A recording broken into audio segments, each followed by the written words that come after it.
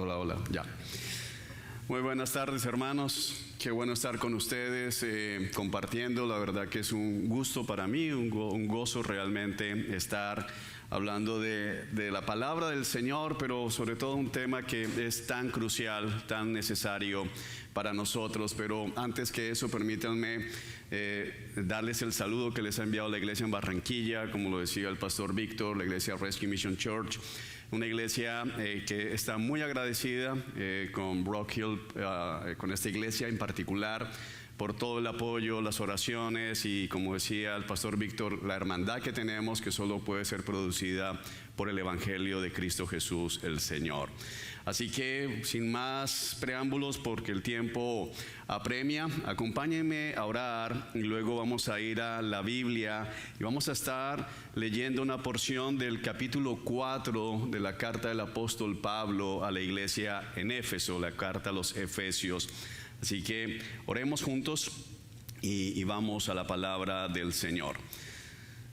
Señor Dios, Padre, te damos gracias en el nombre de Cristo Jesús por tu amor, por tu bondad, por tu misericordia, el privilegio de un día como hoy poder, a pesar de todas las cosas que hay alrededor, poder reunirnos en torno a tu palabra, poder reunirnos en torno a tu nombre, Señor, para ser edificados unos con otros, ser equipados, pero sobre todo para glorificarte.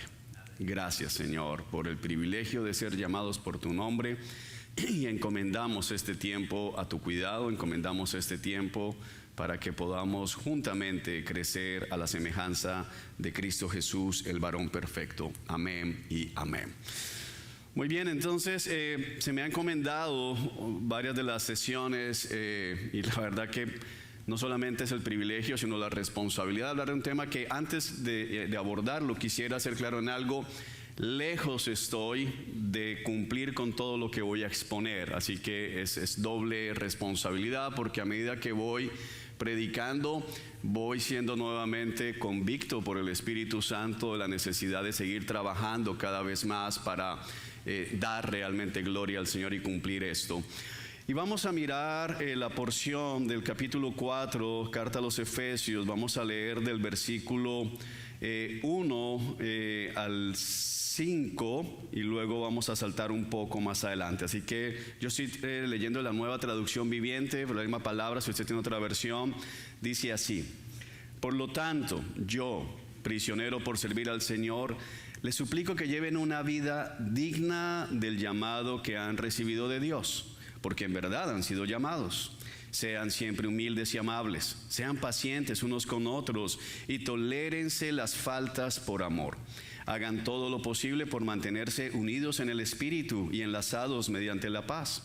Pues hay un solo cuerpo y un solo Espíritu, tal como ustedes fueron llamados a una misma esperanza gloriosa para el futuro.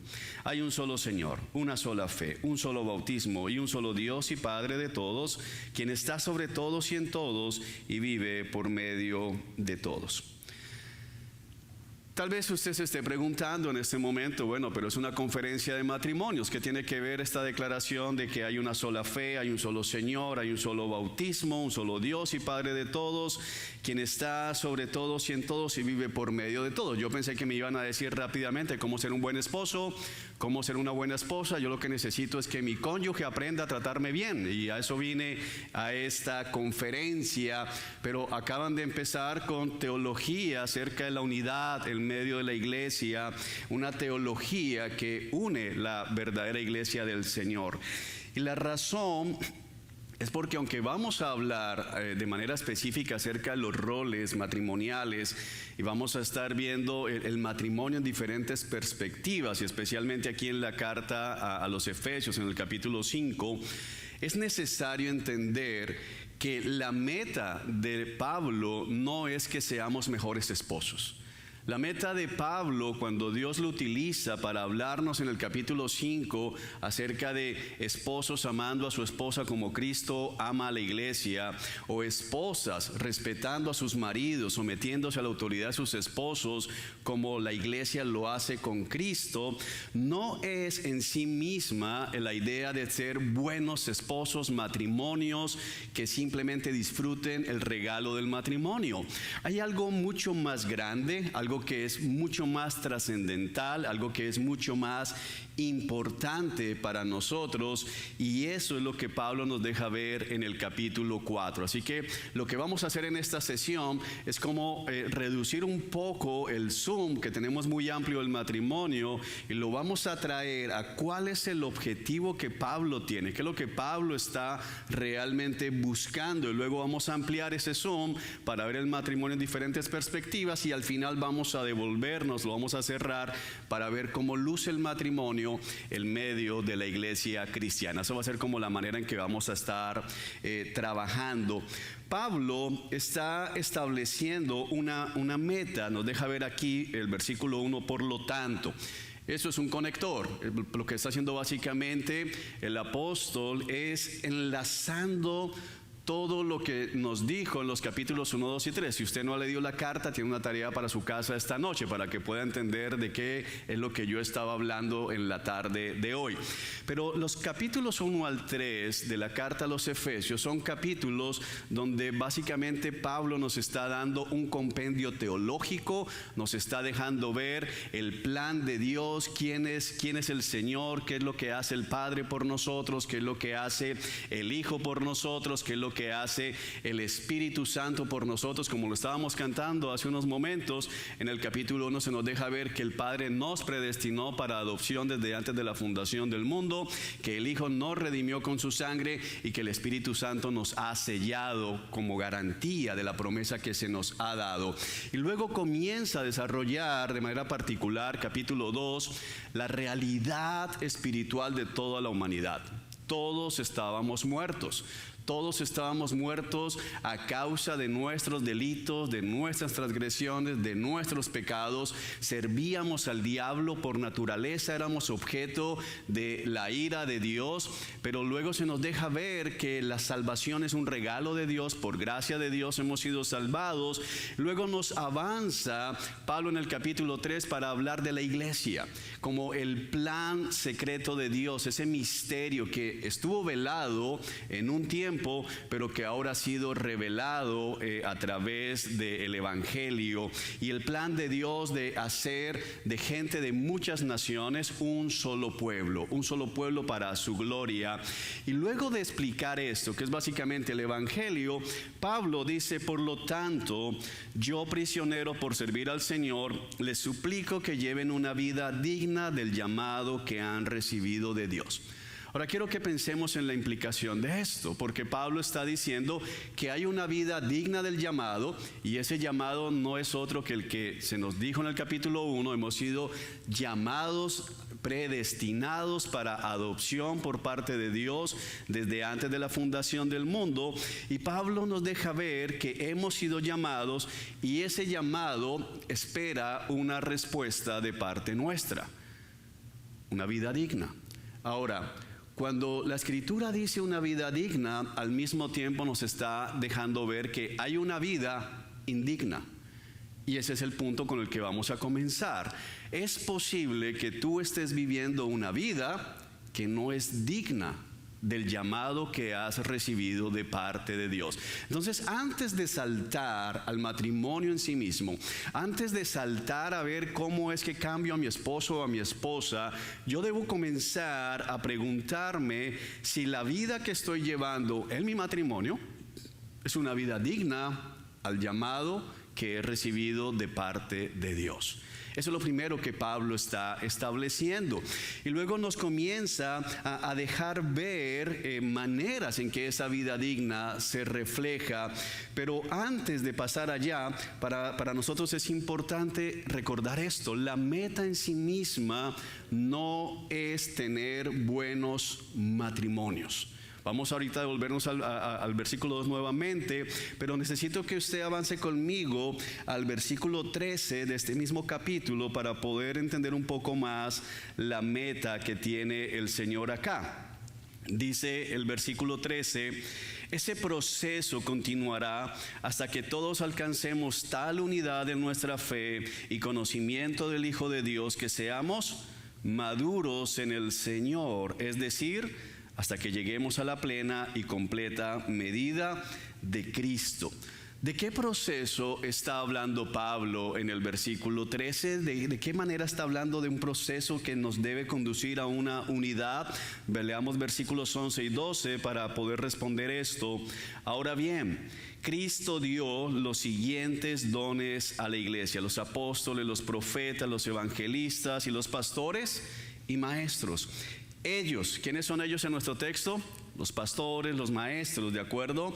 Tienen la responsabilidad de preparar. La palabra en griego aquí es equipar. Esa es la tarea de los pastores. Equipamos a la iglesia, al pueblo de Dios, para que lleve a cabo la obra de Dios y edifique la iglesia, es decir, el cuerpo de Cristo. Ese proceso de pastores equipando, de maestros equipando al pueblo de Dios, para que el pueblo de Dios lleve a cabo la obra de Dios y se edifiquen unos a otros, va a continuar hasta que todos seamos maduros, hasta que todos tengamos una unidad en nuestra fe y conocimiento del Hijo de Dios, que lleguemos a la estatura de Cristo Jesús, el varón perfecto.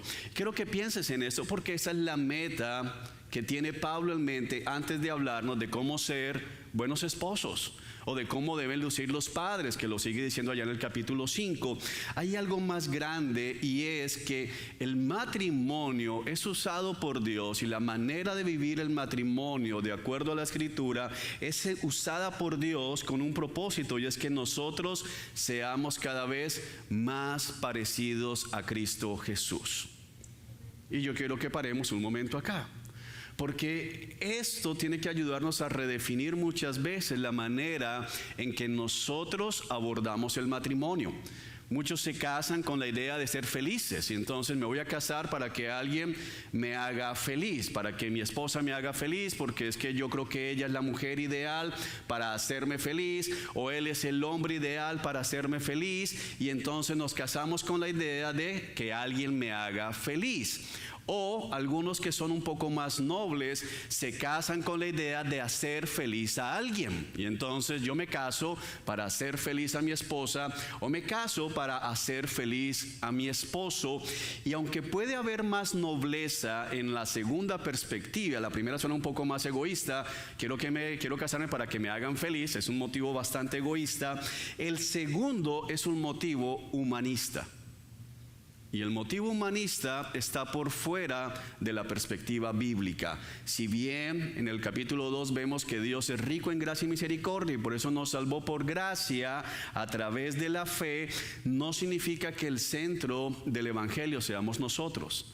El centro del evangelio siempre ha sido y seguirá siendo la gloria de Cristo Jesús. Y no es diferente en el caso del matrimonio. No sé si me estoy haciendo entender con esto, hermanos, porque es muy importante poder redireccionar la manera en que nosotros vemos el matrimonio. Si tú ves el matrimonio como el escenario para que te hagan feliz, vas a vivir frustrado. Vas a ser un cónyuge demandante. Vas a ser un cónyuge que todo el tiempo está generando expectativas, a veces irreales, a veces reales, pero al final expectativas de cómo tu esposo, cómo tu esposa debería hablar, cómo tu esposo o tu esposa debería caminar, cómo debería vestirse, cómo debería tratarte, cómo debería cocinar ella, cómo debería trabajar él. El horario ideal para que tú vivas en tu mundo feliz.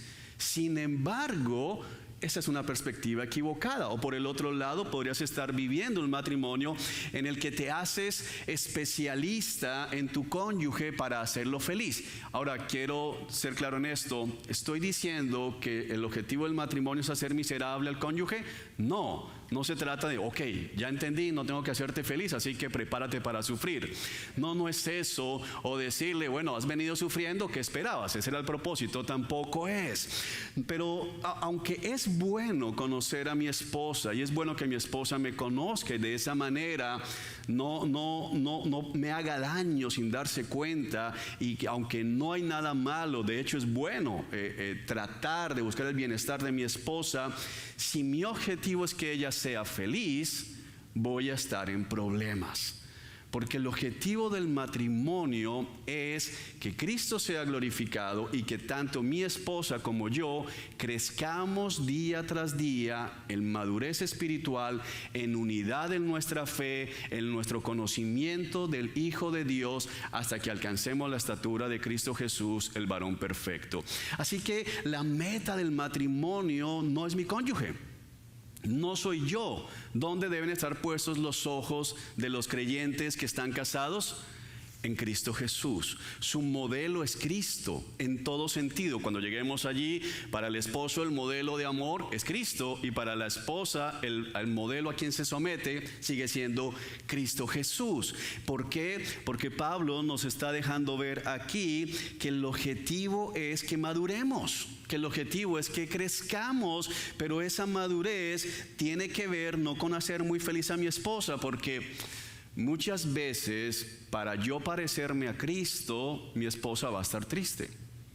Y muchas veces, para que yo me parezca a Cristo, mi esposa va a hacer cosas que no me van a hacer feliz. Pero es lo que yo necesito. Los que estamos criando, los que han criado, saben el problema grave que se genera cuando los padres piensan que su trabajo es hacer felices a los niños. Entonces vamos a tener niños felices por un tiempo que van a sufrir toda la vida, y vamos a sufrir con ellos también. En el matrimonio no es diferente. A veces hay cónyuges cuyo objetivo es hacer feliz a su esposa, y eso es equivocado.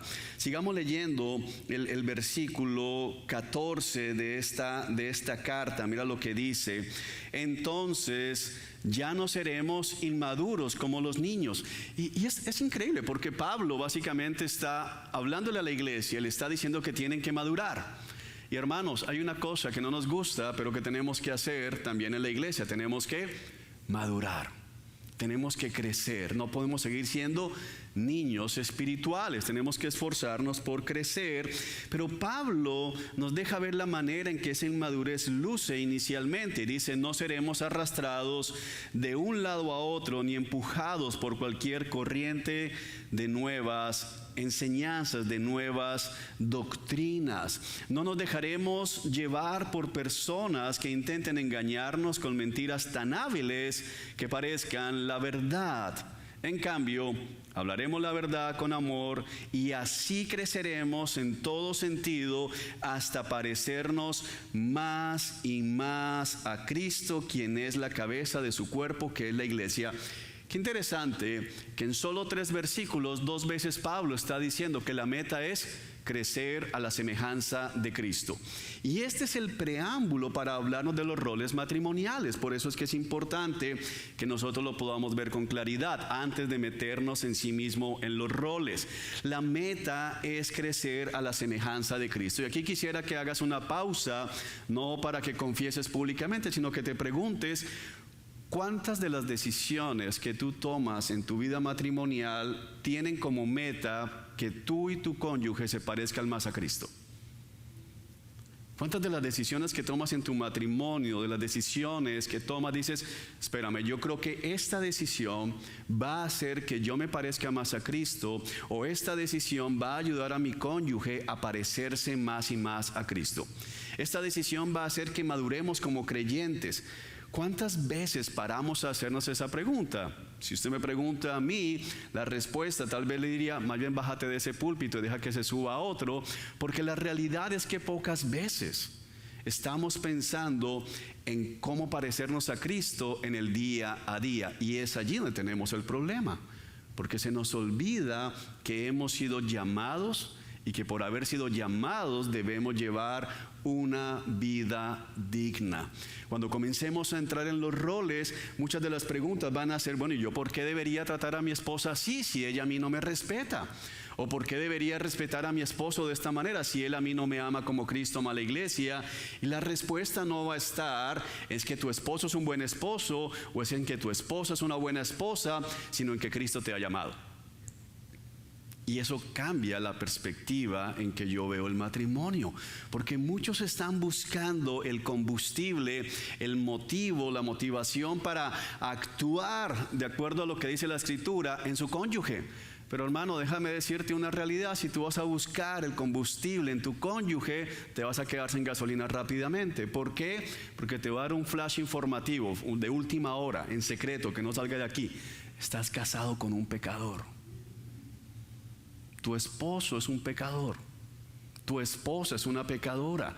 Uno de los problemas que tienen muchos matrimonios es que piensan que se casaron con el príncipe azul porque su teología del matrimonio está más moldeada por Disney que por la Biblia. La primera clase que yo doy cuando preparo matrimonios es en recordarles: se van a casar, te vas a casar con un pecador. El pecado de él no va a desaparecer cuando digan acepto.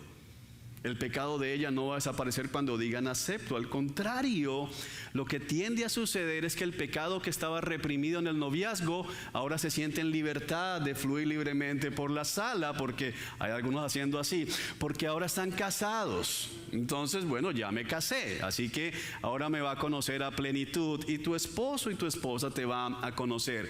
Y el problema es ese, que seguimos siendo pecadores, redimidos, pero seguimos siendo pecadores. Y cuando la expectativa no es clara, no vamos a poder avanzar en un matrimonio que glorifique a Cristo Jesús.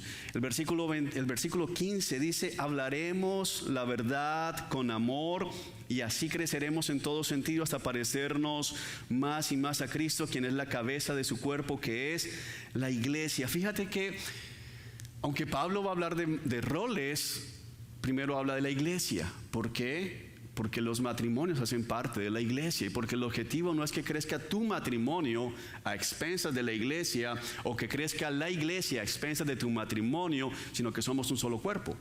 Y entonces lo que va sucediendo es que nos vamos edificando unos a otros, vamos viviendo a la manera de Cristo, y todo el cuerpo se desarrolla, que es lo que dice el versículo 16. Él es Cristo, Él hace que todo el cuerpo encaje perfectamente, y cada parte, al cumplir con su función específica, ayuda a que las demás se desarrollen, y entonces todo el cuerpo crece y está sano y lleno de amor. Cada parte, haciendo lo suyo, ayuda a que todo el cuerpo se desarrolle. Así que con esta primera parte clara de que el objetivo cuál es, con este seminario de matrimonio, el objetivo de aprender acerca del matrimonio bíblico no es tener mejores matrimonios para ser más felices, sino crecer a la estatura del varón perfecto, crecer en madurez espiritual hasta parecernos cada vez más y más a Cristo Jesús. ¿Por qué razón? Porque hemos sido llamados por Dios. Una vez que esto está establecido, ahora permíteme hacer unas aplicaciones de este mismo texto a lo que van a ser las siguientes 3 conferencias y lo que vamos a estar hablando acerca del matrimonio, porque lo que tenemos aquí va a iluminar todo lo que viene acerca de roles. Entonces, regresa conmigo al versículo 2 y vamos a comenzar a tener unas aplicaciones generales. Generales, ¿por qué generales? Porque la primera instancia Pablo está hablando de la iglesia local. Todo eso que vamos a decir a continuación aplica para cada miembro de la iglesia local, pero una siguiente aplicación, pensando en el marco del matrimonio, la podemos ver sin dificultad. Número 1, Pablo dice aquí: sean siempre humildes y amables. Entonces, ¿cómo luce una vida digna del llamado que hemos recibido del evangelio en el matrimonio? Pablo dice algo interesante: sean, esto tiene que ver con lo que a veces actúen, sino una manera de ser siempre humildes y amables. Levanten la mano aquí los humildes y amables. No nos brota, no nos nace, no es algo que queremos ser. Y si somos sinceros, es más fácil ser humildes y amables con los de afuera que con el cónyuge. Tal vez ustedes no, ustedes tienen cara de más santos que los de Colombia, pero es como más fácil. Ser humildes con los de afuera, servir más a los de afuera, sonreír más a los de afuera, pasar por alto lo que hace el malo de afuera que lo que hace el cónyuge. Como que nos tomamos libertad para ser un poco más duros con nuestros cónyuges. Pero Pablo está estableciendo aquí una frecuencia absoluta. ¿Sean cuántas veces? Siempre. Sean siempre humildes y amables. Déjame ayudar con esta definición. La humildad de la que Pablo está hablando acá, la palabra humildad en este texto no hace referencia, no sé si para aquí hay contexto muy diferente de Latinoamérica, pero en Colombia la palabra humildad ha perdido su significado y la palabra humildad se ha comenzado a tomar como significado de pobreza. ¿Qué es humilde? Que es pobre, que no gana muchos dólares. Pero en la escritura el pobre no es el humilde necesariamente. Hay gente que es rica y es humilde, y hay gente que es pobre y es orgullosa. La humildad de la que habla aquí este texto tiene que ver con pensar del otro como superior a mí mismo.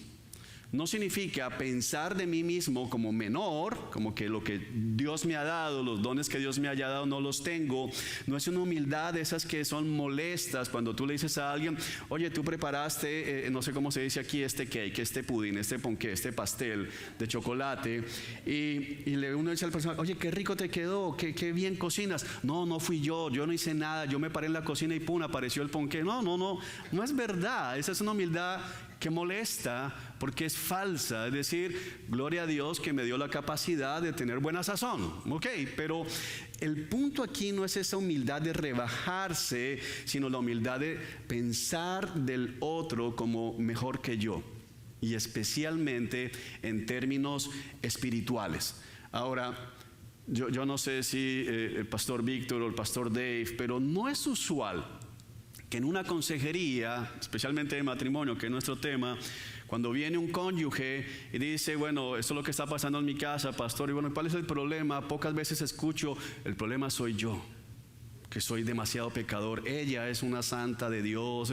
No, usualmente lo que uno escucha es, ¿cuál es el problema? El problema es ella, pastor. Es que mira cómo habla, es que mira cómo contesta, es que mira no sé qué, es que ella la criaron así. El problema es el otro, pero Pablo nos llama a tener una actitud humilde. ¿Cómo cambiaría tu relación si comienzas a ver a tu esposo o a tu esposa? Piensa en el último problema que tuvieron.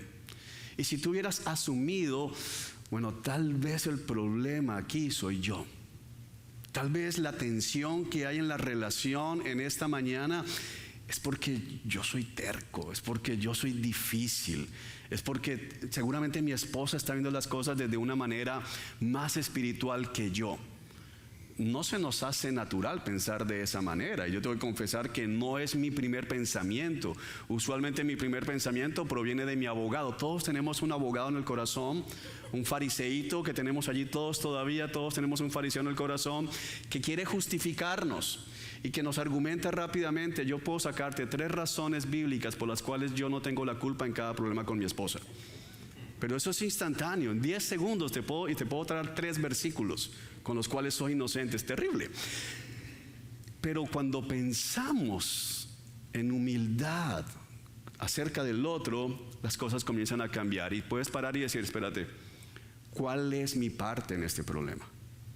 Si asumo que mi esposa es creyente, si asumo que mi esposa tiene el Espíritu Santo y quiero verla como superior a mí, ¿cómo voy a pensar de ella? Ahora, número 2, Pablo está diciendo que seamos amables, porque tú puedes tener una actitud humilde, pero un trato fuerte. La amabilidad tiene que ver con el trato. La humildad es con lo que piensas del otro. Tú puedes pensar humildemente, esto es algo que se puede dar en los trabajos, por ejemplo, un jefe le entregan, le asignan, mira, este va a ser tu colaborador, tu asistente, y él en su interior puede decir, él sabe más que yo, él es más dotado que yo, él hace esto mejor que yo, pero precisamente por reconocer eso, el trato que va a tener con la persona va a ser más duro porque se siente amenazado. Pero lo que Pablo está implicando aquí es que el trato con nuestro cónyuge debe ser siempre amable. Y hay veces que uno habla con los matrimonios y dice, no, es que yo no sé, no puedo tratarlo de una manera diferente. Cuando me enojo, pastor, es imposible parar. Pero la prueba de que sí es posible parar es que muchas veces los matrimonios están discutiendo y aparece uno de los hijos y se callan. No sé si les ha pasado. Pero uno está discutiendo y puede decir, es que no puedo parar este mal genio que tengo, pero llegó el hijo, llegó la hija. O, para ser más claros, un domingo en la mañana, estás enojado con tu esposa, estás discutiendo aquí cerquita y llegó el pastor. Saludamos, estamos bien. O sea, sí podemos parar. Y se retira el tercero, ¿y qué hacemos? Volvemos a engancharnos en la pelea. Es decir que es una decisión tratar bien o es una decisión tratar mal. Y es lo que Pablo está diciendo. La vida digna del llamado es una vida donde yo pienso mejor del otro y trato bien al otro. Luego Pablo dice algo que es prácticamente imposible para los seres humanos. Sean pacientes unos con otros. ¿Qué está implicando Pablo con esto? Mira, es lo que hablábamos de que te casaste con un pecador. Ya el ejemplo no me aplica mucho por la edad de mis hijas, pero imagínate que yo te llamo y te digo, mira, estoy aquí en Rock Hill, vine con mis hijas están pequeñitas y te digo que tienen 6 y 7 años y necesito ir al hospital con mi esposa, pasó algo, no puedo llevarlas, por favor, ¿me las puedes cuidar por un par de horas? Entonces, claro que sí, Juan, yo te escuché predicando, mi vida fue edificada, trae a tus hijas. Entonces yo voy para tu casa rápidamente, las estoy bajando del carro, tú abres la puerta con una sonrisa y yo te digo, por favor, sé paciente con ellas. ¿Tú qué te imaginas que va a pasar en tu casa en las siguientes 2 horas? ¿Estás esperando un par de angelitos o qué estás esperando? ¿Qué te imaginas? ¿Cómo son mis hijas? Son tremendas, son terribles, son difíciles, porque yo te estoy diciendo que seas paciente con ellas. Bueno, mira, Dios es tan bueno con nosotros que nos está diciendo algo de antemano. Necesitas paciencia con tu esposa. Necesitas paciencia con tu esposo. Dios te lo está advirtiendo de antemano. Esto, como lo dije, aplica para toda la iglesia. Pero a veces dices, es que, pastor, me casé y ella sigue pecando. Y la respuesta mía siempre es, ¿y qué esperabas? ¿Que el pecado iba a desaparecer solo porque dijiste sí, acepto? No, el pecado va a seguir allí. Somos santos redimidos, pero seguimos siendo pecadores todavía de este lado de la eternidad. Así que tú necesitas partir de la base de que tu esposo y tu esposa, bueno, eso sonó raro, no, tu esposo o tu esposa, porque no puedes tener un esposo y una esposa, eso estaría en contra de la palabra de Dios. Tu cónyuge va a pecar. Y tú necesitas tener paciencia porque tu cónyuge es difícil. Pero lo increíble de este texto es que cuando Pablo dice sean pacientes, los está incluyendo a todos. Es decir, toda persona que escuchó la carta necesitaba paciencia con los otros, pero aquel que estaba leyendo o escuchando la lectura de la carta dijo sean pacientes, pensó en el del lado, pero el que está al lado, ¿en quién está pensando? En él. Porque todos somos pecadores. Ese es el punto. Tú estás casado, estás viviendo con un pecador. Y luego dice, tolerándose las faltas por amor o llevando las cargas los unos de los otros, como dice otra versión. ¿Y qué significa esto, llevar las cargas los unos por los otros? El pecado de tu cónyuge muchas veces trae consecuencias sobre tu vida. Y al momento de casarte, tú estás diciendo que estás de acuerdo en vivir con las consecuencias del pecado de tu cónyuge. A veces son en el área económica. Mi esposa tuvo que pasar por muchas consecuencias por causa de mi desorden financiero previo a mi conversión y luego por mi, no sé si la palabra suene fuerte, más bien voy a cambiarla, por mi tontera financiera luego de casados y estar en Cristo. Entonces tomé decisiones equivocadas por el beneficio del ministerio, luego no fue por ningún beneficio del ministerio, me di cuenta que era que yo quería hacer cosas que parecieran chéveres y mi casa terminó endeudada con varios millones allá en Colombia por causa de mi pecado. Entonces mi esposa no solamente tuvo que ser paciente conmigo, sino llevar la carga conmigo, porque todos los meses tocaba pagar la deuda. Y todos los meses se sentía la consecuencia de mi necedad, de mi pecado. Ella no podría decir como, ok, lo siento, mira, la decisión la tomaste tú, el que come menos eres tú. El que no va a estrenar ropa eres tú, esa consecuencia es tuya. No, ella se casó conmigo y todo lo que yo hago mal trae consecuencias sobre su vida también, pero ella está dispuesta a llevar la carga que trae mi pecado y yo a llevar la carga que trae el pecado de ella. ¿Por qué razón? Por amor. No porque ella es muy bonita o porque yo soy muy bonito. Este no es un amor romántico. La palabra amor aquí es un amor ágape. Es el amor de Dios. Es porque estamos enlazados con la teología que nos habla el versículo 5. Un solo Señor, una sola fe, un solo bautismo, un solo Dios y Padre de todos. Es decir, es el evangelio, la razón por la cual yo voy a ser paciente con mi esposa, tolerante, a tratarla con amabilidad y pasar y llevar las cargas que su pecado, que mi pecado puedan traer la vida en el uno o en el otro. No sé si me hago entender hasta aquí. Por último, para ir cerrando, el apóstol nos está llamando a cultivar este proceso de maduración, pero este proceso de maduración es importante entender que tu esposa puede que no madure a la velocidad que vas madurando tú, o viceversa. Y a veces los cónyuges sufren porque quieren exigir que el otro crezca a la misma velocidad, pero el que da el crecimiento, según el texto, es el Señor. Nosotros hacemos una parte. ¿Y cuál es nuestra parte? Según el texto es la siguiente. Número 1, en lugar de dejarnos engañar, que es lo que impide que crezcamos en madurez espiritual, vamos a hablar la verdad con amor, de manera que todos crezcamos hasta parecernos más y más a Cristo. Tu esposo necesita que tú le ayudes a ver la verdad en su propio pecado. Una de las cosas que a veces los matrimonios no hacen es ayudar al otro a lidiar con su pecado. Y se le mira, creo que en esta área en tu vida estás fallando. Pero ¿por qué Pablo hace énfasis en hablar la verdad en amor? O decir la verdad con amor. ¿Por qué el énfasis en esta parte está en el texto? Tenemos que pensar en ello.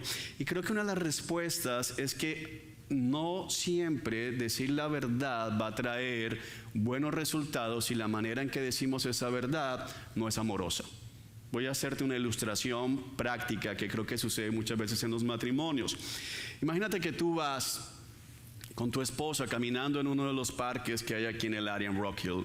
Vas cogido de la mano con tu esposa, yo vengo caminando por la misma acera, por el mismo sidewalk, y vengo cruzando, sentido contrario, con ustedes dos.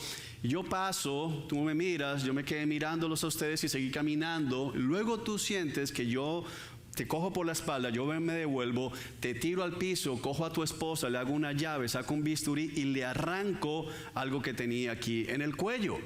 Entonces me quedo mirando y le digo, la salvé. ¿Tú qué vas a hacer en el momento en que te logras levantar del piso? Probablemente me vas a coger a golpes, tal vez me vas a amarrar, vas a llamar a la policía y me van a llevar preso. Pero todo el tiempo yo voy a decir es que yo soy oncólogo y yo pasé y yo vi que ella tenía un tumor. Ese tumor es cancerígeno. Yo estoy seguro que la salvé. ¿Estarías tú agradecido conmigo o estarías diciendo que soy un loco al que necesitarían quitarle la licencia para poder ejercer la medicina? Probablemente sería la segunda.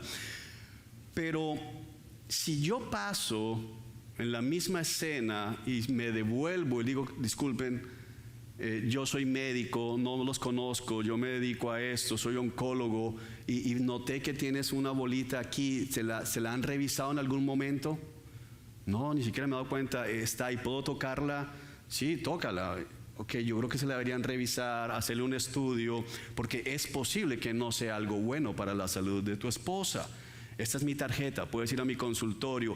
Y resulta que era un cáncer en progreso. ¿Estarías agradecido conmigo? Muy agradecido.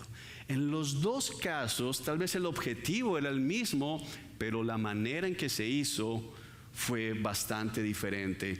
Y hermanos, muchas veces los esposos, los cónyuges andan con el bisturí afuera y simplemente cortando al cónyuge, señalándole el pecado, todo lo malo que hace, todo lo que falla todo el tiempo. Pero ¿qué es lo que hiciste? Santificándola. Hay que santificarla porque no la podemos dejar así en ese pecado. Andan con el bisturí y diciendo, y no entiendo por qué se molesta, no se te puede decir el pecado. Es algo loco la manera en que a veces abordamos el pecado de nuestro esposo, de nuestra esposa. Tenemos que ser sabios y buscar el momento y decir, hay un tema del que quiero hablar contigo, podemos sentarnos, no es el momento tal vez, es algo difícil, pero creo que quiero que miremos, que evaluemos una situación.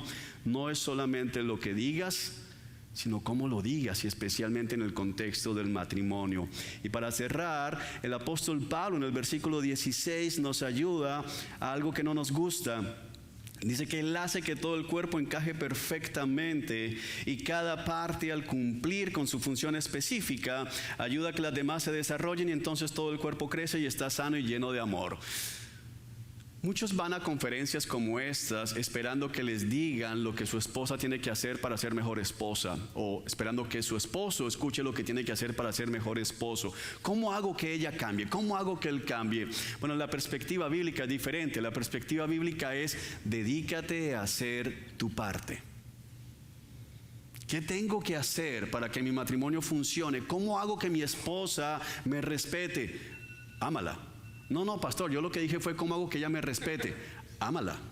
No me he hecho entender tal vez, pastor. No sé si usted habla mejor inglés que español. Déjeme. Mi problema es que ella no me respeta. ¿Qué hago? Ámala. Como Cristo ama a la iglesia. Pastor, ¿qué hago para que mi esposo me ame? Porque mi esposo no me trata como debe tratar. Respétalo. No, es que el problema es que él no me ama. Ok, respétalo. Pero es que lo respeto y él no me ama. Sigue respetándolo. Porque lo que la Escritura nos llama a hacer es que cada parte cumpla con su rol. Muchas veces estamos más enfocados en el cambio del cónyuge que en mantener mi función. Dedícate a hacer lo que tienes que hacer. Tú dedícate a amar a tu esposa. Las mujeres, dedíquense a honrar y respetar a sus esposos. Pero es que usted no entiende, usted no vive con él. No necesito vivir con él. La Escritura sabe el esposo que tienes. El Señor sabe con quién estás casada. El Señor sabe con quién estás casado. Lo importante es que si tú entiendes el llamado que Dios te ha hecho y que vivir de esa manera es la respuesta natural al llamado del Evangelio, entonces tú no vas a vivir como un buen esposo, como una buena esposa, por lo que él o ella puedan hacer, sino por lo que Cristo ha hecho por ti. Esa es la gran diferencia en los matrimonios cristianos. No lo hacemos por cosechar beneficios para nosotros, sino lo hacemos porque Cristo nos ha llamado. Y hermanos, Cristo es digno de nuestra obediencia. Ese es el punto. Entonces no queremos salir de aquí para que lleguen a la casa y decirle: ya viste cómo tienes que tratarme, ¿no? No se trata de eso. Es para que tú evalúes cómo estás viviendo tu vida en el matrimonio, independientemente de lo que tu esposo o de lo que tu esposa pueda hacer. Se trata de que tú cumplas con tu parte, de que tú hagas lo que a ti te corresponde, porque eso trae gloria a Cristo Jesús. Estamos buscando una vida digna del llamado que hemos recibido, porque en verdad, como lo dice el texto, hemos sido llamados. Amén. Vamos a orar. Creo que vamos a un break y luego continuamos con la segunda sesión. Víctor, ¿vas a decir algo? Ok. Padre, gracias. Te damos en el nombre de Jesús por este tiempo. Gracias por tu amor, por tu bondad. Y perdónanos porque, Señor, lejos estamos, empezando por mí, de vivir todo el tiempo de esta manera. Ayúdanos a considerar a Cristo, ayúdanos a considerar el Evangelio, ayúdanos a considerar la verdad de las Escrituras, lo que tú has hecho en favor nuestro, para no estar pensando de una manera egoísta, para no estar acercándonos a nuestro cónyuge demandantes o complacientes. Porque no se trata de lo uno o lo otro, se trata, Señor, de buscar agradarte a ti, de crecer a la estatura de Cristo, el varón perfecto, de parecernos más y más a Cristo, quien es la cabeza de su cuerpo, que es la iglesia. Y eso solo se va a lograr en la medida en que cada uno de nosotros se dedique a cumplir con lo que a cada uno le corresponde. En el nombre de Jesús, ayúdanos. Amén y amén. Muy bien.